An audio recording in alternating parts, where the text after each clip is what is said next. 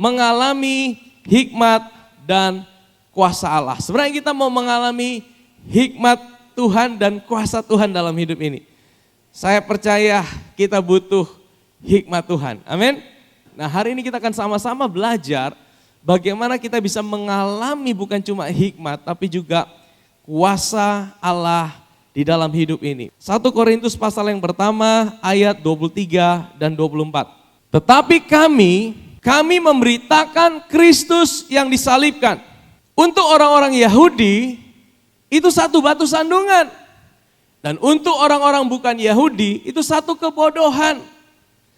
Jadi berita tentang Kristus yang disalibkan itu bagi orang-orang zaman dahulu itu satu batu sandungan buat orang Yahudi. Bahkan mungkin sampai hari ini ketika kita beritakan Kristus itu mati disalib, kita beritakan tentang bagaimana dia mati di atas kayu salib. Itu jadi satu kebodohan mungkin. Kita dicemooh. Ya, sehingga gereja akhirnya mulai terpengaruh, yang diberitakan bukan lagi Kristus. Tapi yang diberitakan hanya kata-kata motivasi.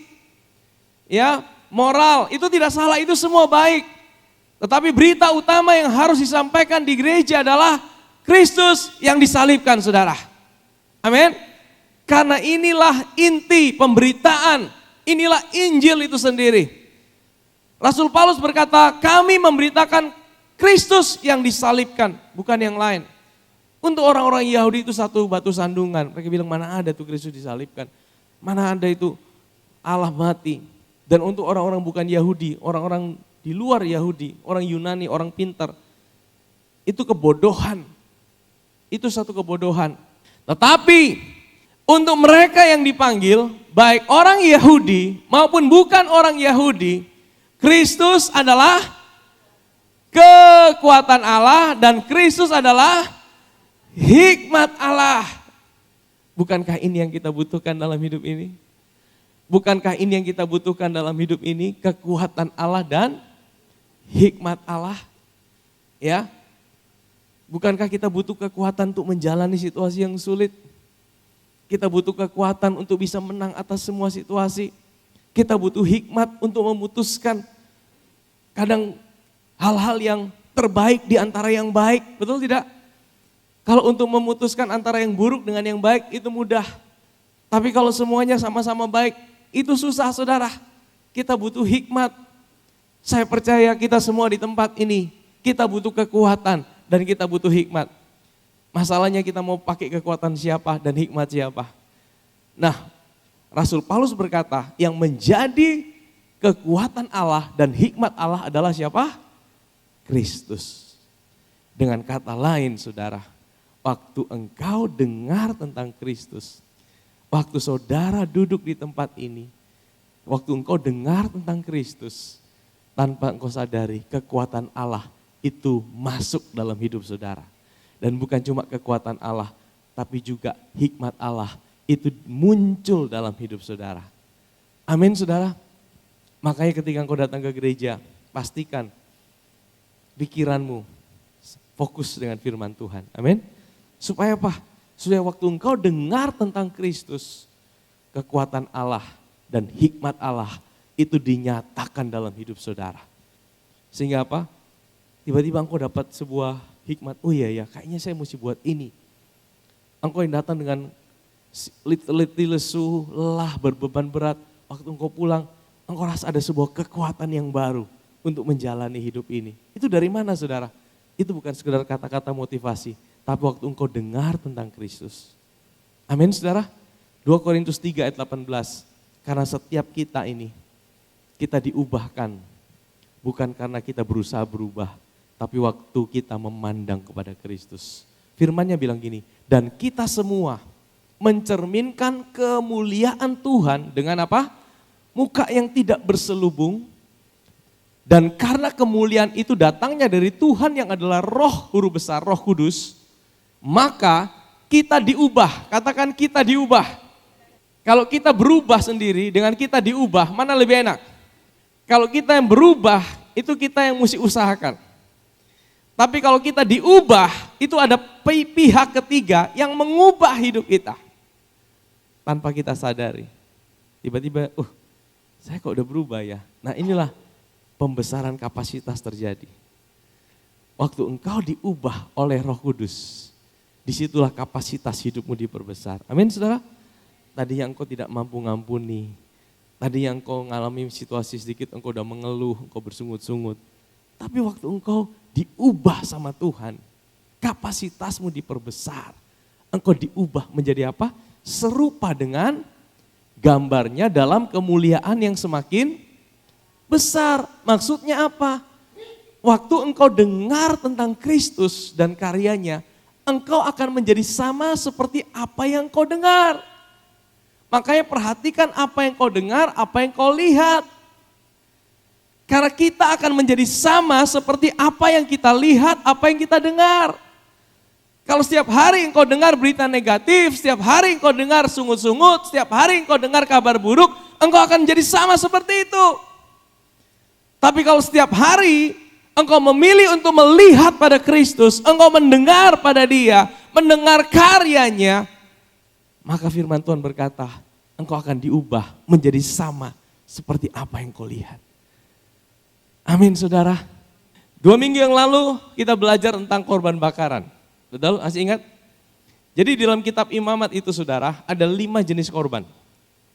Ya, 5 jenis korban itu semua melambangkan karya Kristus. Tapi kenapa 5? Karena maksud dan tujuannya itu berbeda-beda saudara. Tapi itu semua, itu digabungkan dengan satu karya Kristus di atas kayu salib. Itu cukup untuk semua 5 korban itu saudara. Nah 5 korban itu berbeda-beda. Waktu saya mempelajari, wow ternyata luar biasa saudara. Semua korban itu berbeda-beda. Korban yang pertama, yang paling utama sebenarnya namanya korban bakaran. Katakan korban bakaran. Itu burnt offering, itu di Imamat pasal yang pertama. Korban bakaran itu saudara, itu korban ada 3, kalau saudara perhatikan 2 minggu lalu saya share, ada 3 jenis binatang namanya lembu, domba, dan burung. Ya, nah kalau saudara mau dengar 2 minggu yang lalu lagi, tapi saya tidak akan ulangi. Tapi korban bakaran itu maksudnya apa? Itu korban itu dibawa semua dan dibakar sampai habis. Tidak ada disisakan saudara. Jadi semua itu untuk Tuhan. Itu korban bakaran. Ya, jadi itu fungsinya itu apa? Bagi kita hari ini, itu semua karya Kristus. Baik lembu, baik domba maupun burung, itu semua adalah karya Kristus ya. Tapi itu buat kita hari ini, itu adalah ketika kita ngalamin kelahiran baru. Kita ngalami korban bakaran, bagaimana kita menghampiri Tuhan. Kita ngalamin pertukaran identitas. Ketika kita lahir baru, kita bukan lagi orang berdosa. Karena dosa-dosa kita dipindahkan pada Yesus. Dan kebenaran Yesus dipindahkan sama kita. Detik saudara menghampiri Tuhan, pertama kali engkau terima Yesus, engkau tidak perlu pewahyuan yang besar. Engkau tidak perlu mengerti segala sesuatu. Tapi waktu engkau menerima Yesus sebagai Tuhan dan Juru Selamat, engkau mengalami peristiwa di korban bakaran itu saudara. Di mana hidupmu diganti sama Tuhan. Engkau bukan lagi orang berdosa, tapi identitasmu diganti sama Tuhan. Engkau adalah ciptaan yang baru. Amin saudara. Nah itu korban bakaran saudara. Nah hari ini saudara, saya akan bahas tentang satu korban lagi namanya korban keselamatan. Atau peace offering, bahasa Inggrisnya peace offering. Nah apa bedanya peace offering dengan korban bakaran? Ya, nah kalau peace offering, ya, di dalam Imamat pasal yang ketiga, hari ini kita akan lihat di Imamat pasal yang ketiga. Perhatikan ya, kita harus lihat Yesus. Kita bukan lihat aturan dan regulasi. Tapi kita akan lihat Yesus saudara, karena itu yang akan mengubah hidup kita menjadi sama seperti apa yang kita lihat saudara. Nah saudara, bedanya apa? Korban bakaran dan korban keselamatan atau peace offering. Kalau korban bakaran, sama-sama ada 3 jenis binatang, tapi di korban bakaran semua dibakar habis. Tapi kalau korban keselamatan atau peace offering, itu tujuannya pada waktu itu adalah mereka mau menaikkan syukur buat keselamatan yang sudah Tuhan berikan, buat damai sejahtera, ya, buat sesuatu yang Tuhan sudah kerjakan dalam perjalanan hidup mereka. Jadi di dalam peace offering itu mereka mengucap syukur untuk persekutuan yang Tuhan sudah buat dengan hidup mereka dan persekutuan dengan sesama. Jadi itu peace offering. Dan waktu mereka membakar korban, itu tidak dibakar semuanya saudara. Jadi ada yang dibakar untuk Tuhan, ada untuk imam, ada untuk yang membawa korban. Ya itu bedanya saudara ya. tidak dibakar habis semuanya. Nah, hari ini kita akan melihat ini saudara. Jikalau persembahannya merupakan korban keselamatan, katakan keselamatan. Keselamatan ini saudara dalam bahasa Inggrisnya adalah peace, tapi dalam bahasa aslinya coba tampilkan selamim itu berasal dari akar kata shalom. Ya, akar katanya shalom sama. Yang berarti damai sejahtera atau keselarasan, tapi juga bicara keutuhan. Nah, kenapa ada selamim dan ada kata shalom? Saudara tahu kalau pelajari bahasa Ibrani, itu kalau kata itu di belakang itu di kata mim, ada im, itu berarti itu plural atau jamak. Atau itu lebih dari satu. Contoh, ya, kerub itu satu, tapi kerubim itu lebih dari satu. Ya. Terus apa lagi? Elah, Eloah, itu Allah, bahasa Arabnya Allah, itu satu. Tapi kalau Elohim sebenarnya lebih dari satu. Makanya Allah kita Allah Tritunggal. Ya, Elohim. Pokoknya di belakang ada yim-yim, itu berarti lebih dari satu. Nah, saudara perhatikan, shalom di dalam korban keselamatan itu bukan cuma shalom, tapi selamim. Itu artinya ini bicara tentang damai sejahtera, itu bukan hanya untuk satu area kehidupan kita. Ini buat kita hari ini, saudara harus mengerti. Ya, itu korban keselamatan atau peace offering yang diberikan, tapi buat kita hari ini, Tuhan itu mau damai sejahtera itu bukan cuma di satu area kehidupan saudara. Tuhan bukan cuma mau, oh penting roh saudara udah selamat, udah, yang penting udah selesai. Tidak saudara, Tuhan itu juga mau di jiwa saudara mengalami damai sejahtera. Di tubuh saudara mengalami damai sejahtera. Amin saudara. Di setiap area hidup saudara Tuhan mau ada damai sejahtera. Ada shalom, makanya dikatakan selamim. Ini kehendak Tuhan, ini kerinduan Tuhan. Engkau mengalami selamim di setiap area kehidupan kita. Jikalau persembahannya merupakan korban damai sejahtera atau keselamatan, maka jikalau yang dipersembahkan itu dari lembu, seekor jantan atau seekor betina, haruslah ia membawa yang tidak bercela ke hadapan Tuhan. Next, lalu ia harus meletakkan tangannya di atas kepala persembahannya itu dan menyembelihnya di depan pintu kemah pertemuan. Lalu anak-anak Harun dan imam itu haruslah menyiramkan darahnya pada mezbah sekelilingnya. Ini 2 minggu lalu saya sudah share juga, arti dari penumpangan tangan itu artinya mengidentifikasikan. Sang pembawa korban itu mengidentifikasikan dirinya dengan sang korban itu.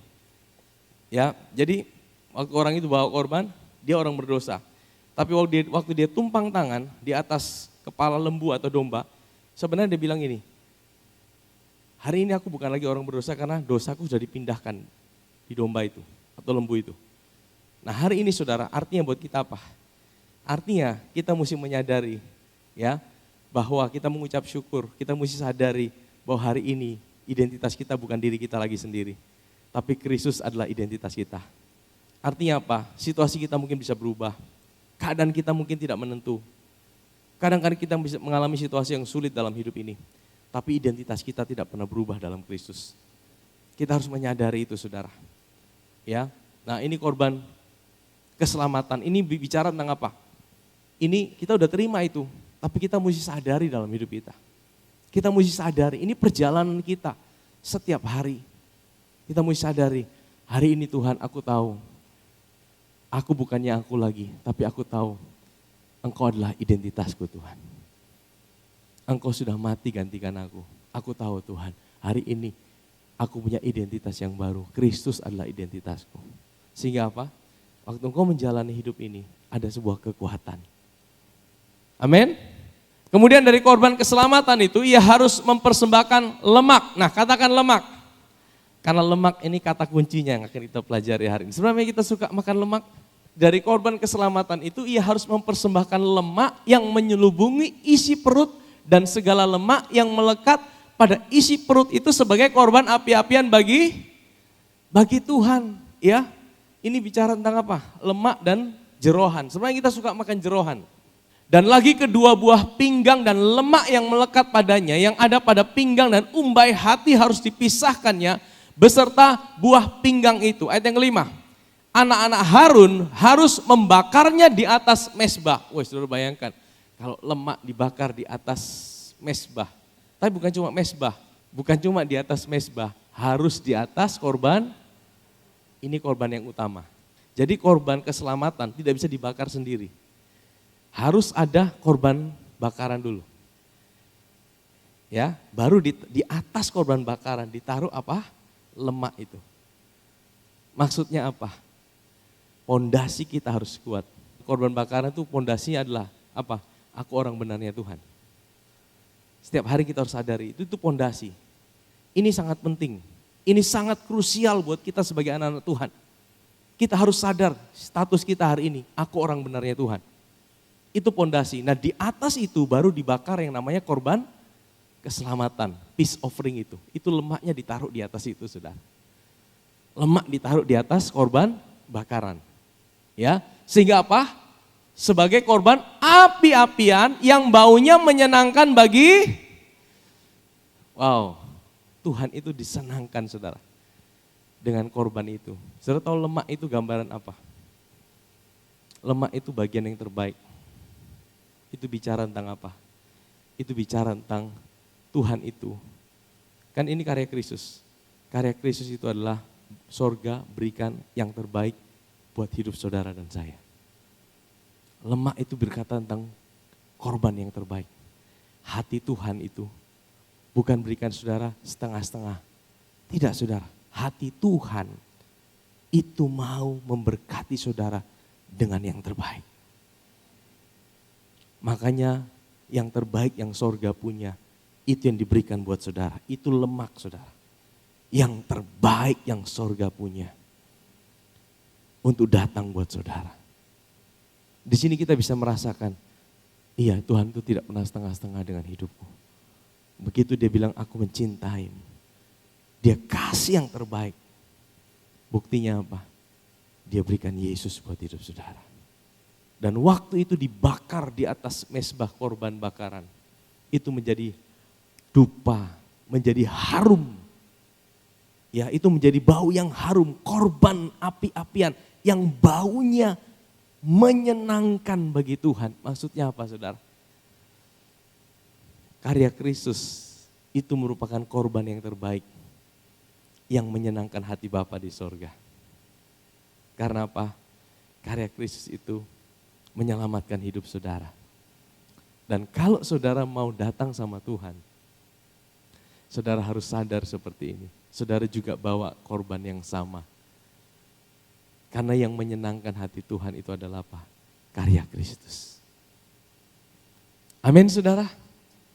Di ayat 16 bilang gini, imam harus membakar semuanya itu di atas apa? Mezbah sebagai apa? Santapan atau makanan. Buat siapa? Berupa korban api-apian menjadi bau yang menyenangkan, segala lemak adalah kepunyaan. Ternyata Tuhan itu punya makanan loh. Tuhan itu juga makan loh, saudara. Makanan Tuhan itu apa? Makanan Tuhan itu apa? Korban bakaran dan juga lemak. Ya, korban bakaran dan lemak itu merupakan santapannya Tuhan. Jadi makanan Tuhan yang menyenangkan hati Tuhan itu apa? Ketika dia lihat karya anaknya di atas kayu salib, itu yang paling menyenangkan hati Tuhan. Karena apa? Karya anaknya itulah yang menyelamatkan hidup saudara dan saya. Amin, saudara. Jadi kalau saudara mau datang dengan membawa korban yang harum bagi Tuhan dan kasih Tuhan makanan, caranya bagaimana? Saudara harus bawa korban tentang karya Kristus. Jangan bawa korban tentang apa yang kau buat. Apa yang kau kerjakan itu bukan menjadi sesuatu yang harum bagi Tuhan. Kalau engkau datang sama Tuhan dan kau ingatkan Tuhan tentang karya Kristus, itu sedang membuat dupa yang harum di hadapan Bapa di sorga. Amin, saudara. Amin, saudara. Sehingga fokus kita bukan lagi diri kita. Waktu kita datang sama Tuhan, fokus kita apa? Tuhan, terima kasih. Kalau hari ini aku boleh datang, aku boleh diterima sama Tuhan. Itu karena karya Kristus. Dan waktu engkau datang pada Tuhan seperti itu, engkau ingatkan dirimu tanpa sadar. engkau sedang bawa korban yang harum bagi Tuhan. Saudara tahu korban yang harum bagi Tuhan apa? Coba kita buka 2 Korintus 2 ayat 15. Sebab bagi Allah kami adalah bau yang harum dari Kristus di tengah-tengah mereka yang diselamatkan dan di antara mereka yang binasa. Bagi siapa? Bagi Allah, bukan bagi orang lain. Kalau engkau bisa datang sama Tuhan dan engkau tahu bahwa yang membuat engkau bisa bau harum di hadapan Allah, itu adalah karya Kristus. Itu akan menjadi bau yang harum bagi Tuhan. Tapi kalau engkau datang sama Tuhan dan engkau membawa apa yang sudah engkau buat, kelayakanmu, perbuatanmu, itu menjadi bau yang kurang bagus di hadapan Bapa di sorga. Tapi kalau engkau datang waktu engkau menyembah Tuhan, waktu engkau menaikkan pujian bagi Tuhan, waktu engkau sedang angkat worship, dan fokusmu bukan apa yang bisa engkau buat buat Tuhan, tapi engkau ingatkan dirimu, Tuhan terima kasih hari ini aku boleh datang pada Tuhan, karena Tuhan yang melayakkan hidupku. Penerimaanmu dalam hidupku bukan tergantung situasiku Tuhan. Penerimaanmu, cintamu dalam hidupku tidak tergantung keadaanku Tuhan. Tapi apa yang Yesus kerjakan buat hidupku, itu yang membuat aku layak untuk datang sama Tuhan. Ketika kau katakan seperti itu, tanpa sadar engkau sedang berkata, Bapa sedang mencium bau yang harum. Karena bau harum itulah lemak saudara. Itulah lemak yang dibakar dan lemak itu adalah karya Kristus yang terbaik. Amin saudara. Korban keselamatan atau peace offering itu sebenarnya bicara tentang apa sih? Imamat pasal 7 ayat 28, Tuhan berfirman pada Musa, demikian, katakanlah pada orang Israel, orang yang mempersembahkan korban keselamatannya atau peace offeringnya kepada Tuhan, haruslah membawa kepada Tuhan sebagian dari korban keselamatan itu sebagai persembahannya. Dan tangannya sendiri dengan tangannya sendiri harus ia membawa segala korban api-apian Tuhan. Adapun lemaknya haruslah dibawa beserta dadanya. Supaya dadanya itu diunjukkan sebagai apa? Persembahan, unjukan di hadapan Tuhan. Jadi kalau lembu ya dadanya dipotong sama lemak, diangkat sama yang bawa itu begini. Ya, jadi ternyata ya konser-konser itu udah kuno, mereka kalah. Ini Tuhan sudah buat duluan sudah. Ya. Di firman Tuhan udah ada begini-begini saudara ya. Nah, itu konser-konser itu kan ketinggalan zaman saudara. Jadi orang di dalam Alkitab sudah tuh Tuhan sudah bilang gini, potong dadanya ya kan, dan dada itu diangkat, diunjukkan. Begini saudara, diunjukkan. Ayo coba tangannya diangkat begini. Ya, diunjukkan. Nah apa yang saudara bawa? Apa? Dada. Dadanya siapa? Bukan dada saudara, dadanya korban itu. Dadanya persembahan. Persembahan itu bicara tentang siapa? Yesus. Dada bicara apa? Cinta. Ingat waktu Yesus dengan Yohanes adalah orang yang selalu menaruh kepalanya di dada Yesus. Dada itu bicara tentang cinta. Penerimaan. Jadi ini ada arti yang dalam saudara. Waktu orang itu bawa, dia angkat dada gini. Bukan dada-dada saudara. Dia sebenarnya sedang punya arti yang buat kita hari ini. Waktu engkau datang sama Tuhan, jangan andalkan kasihmu kepada Tuhan, tapi andalkan kasih Tuhan dalam hidupmu. Amin. Yang engkau angkat sama Tuhan itu adalah, Tuhan terima kasih. Bukan kasihku yang melayakkanku, tapi kasih Tuhan yang melayakkan hidupku. Amin saudara. Dengan tangannya sendiri ia harus membawa segala korban apian, lemaknya harus dibawa beserta dadanya, supaya dadanya itu diunjukkan sebagai persembahan unjukan di hadapan Tuhan. Next ayat 31. Lalu haruslah imam membakar apa? Lemaknya di atas mezbah, tapi dadanya itu adalah bagian siapa? Harun itu siapa? Imam besar. Dan anak-anaknya. Tahukah saudara sekarang siapa imam besar kita? Anak-anak imam itu siapa hari ini? Engkaulah imamat yang rajani. Engkaulah imam-imam dan raja-raja. Jadi saudara yang dapat bagian dada siapa? Kita dan Yesus. Oh, artinya gimana ini saudara? Artinya gimana? Ini kan dada ini bicara makanan, kita makan. Ternyata saudara, Yesus itu, makanan Yesus itu apa? Makanan Yesus itu waktu dia bisa mencintai hidup saudara, itu menjadi sesuatu yang memuaskan dirinya. Saudara perhatikan ya, makanan kita sebagai imam, itu dada, maksudnya apa? Itu cinta Tuhan. Yang memuaskan kita, itu adalah cinta Tuhan dalam hidup kita.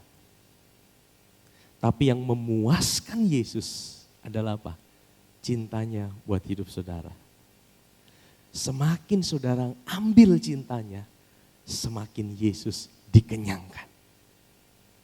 Semakin saudara menyadari cintanya, semakin Yesus dipuaskan. Amin. Satu kali di Yohanes pasal 4, ada wanita Samaria. Dia berjumpa Yesus di pinggir sumur, betul? Jam 12 siang. Murid-muridnya disuruh apa? Besok cari makan cari makan dulu. Ternyata apa? Dia mau berjumpa dengan wanita ini. Singkat cerita wanita ini ngalamin perjumpaan dengan Tuhan. Wanita ini dipulihkan. Dan murid-muridnya tiba-tiba datang. Guru, ketong bawa makanan nih. Tiba-tiba Yesus bilang apa? Padaku ada makanan yang kalian tidak kenal. Wih, jangan di sini wanita bikin kasih dia makan apa lah ini. Ternyata makanan Yesus apa? Waktu dia bisa mencintai kita, itulah makanannya Yesus. Jadi kalau semakin engkau biarkan dirimu dicintai oleh Yesus, semakin engkau mengenyangkan hati Tuhan. Amin. Semakin engkau membiarkan dirimu dicintai oleh Tuhan, semakin engkau membuat dia puas. Dan semakin engkau membuat dia kenyang. Wow. Hari ini, maukah engkau menyadari cinta Tuhan dalam hidupmu? Ternyata bukan cuma buat engkau kenyang, itu juga buat Tuhan kenyang. Itu buat Tuhan puas dalam hidupnya. Amin saudara. Waktu engkau ambil cintanya, itu memuaskan pribadinya. Bukan cuma pribadi kita. Kadang-kadang kita egois, ini saya ambil cinta Tuhan itu hanya membuat aku puas. Tapi waktu engkau ambil cintanya, itu juga memuaskan dia. Itu makanannya dia. Amin saudara. Paha kanannya harus kamu serahkan kepada imam sebagai persembahan khusus dari segala korban keselamatanmu. Jadi ini ya, makanya ini uniknya korban keselamatan itu saudara. Tidak semua dibakar habis, ada dadanya dikasih Harun dan anak-anaknya. Ini ada pahanya. Pahanya buat siapa saudara? Next. Siapa dari antara anak-anak Harun yang mempersembahkan apa? Darah dan lemak korban keselamatan, maka dialah yang harus mendapatkan paha. Bukan cuma paha biasa, paha kanan. Itu sebagai, saya tahu paha kanan itu lambang dari apa? Kekuatan. Paha kanan itu kekuatan saudara. Binatang itu kekuatannya di paha kanan. Makanya waktu Yakub bergumul itu paha terpelecok kan. Dia supaya tidak andalkan kekuatannya. Paha kanan lambang kekuatan. Kenapa? Kenapa yang dapat itu adalah anak-anak Harun yang mempersembahkan apa korban apa? Darah dan lemak. Tidak semuanya. Maksudnya apa? Anak Harun siapa? Siapa anak Harun? Kita hari ini. Kita ini adalah imam-imam dan raja nih. Yang mempersembahkan darah dan lemak itu maksudnya apa? Darah hari ini bicara tentang darah Yesus, pengampunan Tuhan. Orang-orang yang menyadari pengampunan Tuhan dan kasih-Nya dan karya Kristus melalui lemak-lemaknya, dialah yang akan mendapatkan kekuatan untuk menjalani hidup ini. Amin. Sudah bisa tangkap ini? Perhatikan sungguh-sungguh. Orang-orang yang menyadari dan menyadarkan dirinya akan cinta Tuhan melalui pengorbanan Kristus, darahnya dan lemaknya. Apa yang Yesus kerjakan? Orang-orang itulah yang akan mendapatkan paha kanan. akan mendapatkan kekuatan di dalam kehidupannya. Amin saudara. Sebenarnya kita butuh kekuatan dalam hidup ini. Sebenarnya kita butuh kekuatan untuk menjalani hidup ini. Jadi saya mempelajari ternyata cinta dan kekuatan itu dua hal yang tidak bisa dipisahkan. Tapi biasanya selalu dimulai dari cinta. Cinta akan melahirkan kekuatan. Amin saudara. Kalau saudara mau dapatkan kekuatan, sadari dulu cintanya. Waktu engkau menyadari cintanya, maka engkau akan mendapatkan kekuatannya. Kalau engkau mau mengalami kekuatan Tuhan, yang pertama engkau harus sadari cintanya. Karena kalau engkau tidak menyadari cintanya, engkau tidak bisa mengalami kekuatan Tuhan. Engkau akan jadi lemah. Kalau engkau tidak mengalami cintanya, engkau akan jadi lesu. Tapi begitu engkau mengalami cintanya, tidak lama kemudian kekuatan Tuhan mengalir. Mujizat terjadi, kesembuhan terjadi, pemulihan terjadi. Amin saudara. Itu dimulai dari mana? Engkau menyadari cintanya di dalam hidup ini. Amin saudara.